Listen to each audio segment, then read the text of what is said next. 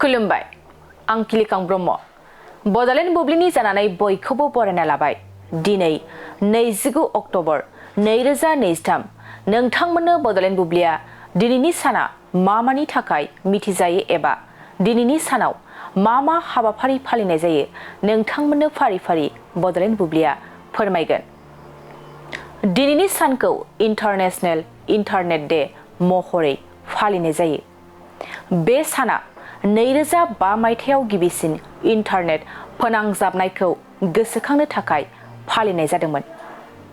जेब्लानिफ्राय इन्टारनेट बाहायग्राफोरनि गौथुम बे सानखौ फोसावनो जागायजेनो बेखौ बोसोरफ्रोमबो इन्टारनेट बाहायगिरिफोरजों मुलुगनाङैनो बे सानखौ फालिनाय जायो। बेनि अनगायैबो दिनैनि सानावनो बोसोरफ्रोमबो वर्ल्ड स्ट्रक डे महरैबो फालिनाय जायो।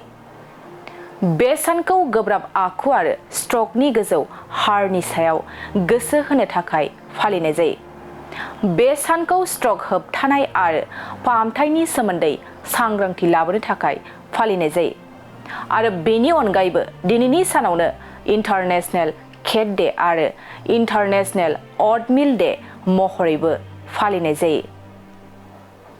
नोंथांमोननो बड'लेण्ड बुब्लिया दिनैनि सानाव मा हाबाफारिजों मिथिजायो आरो मा हाबाफारिखौ फालिनाय जायो फोरमायबाय। गोजोन्थों।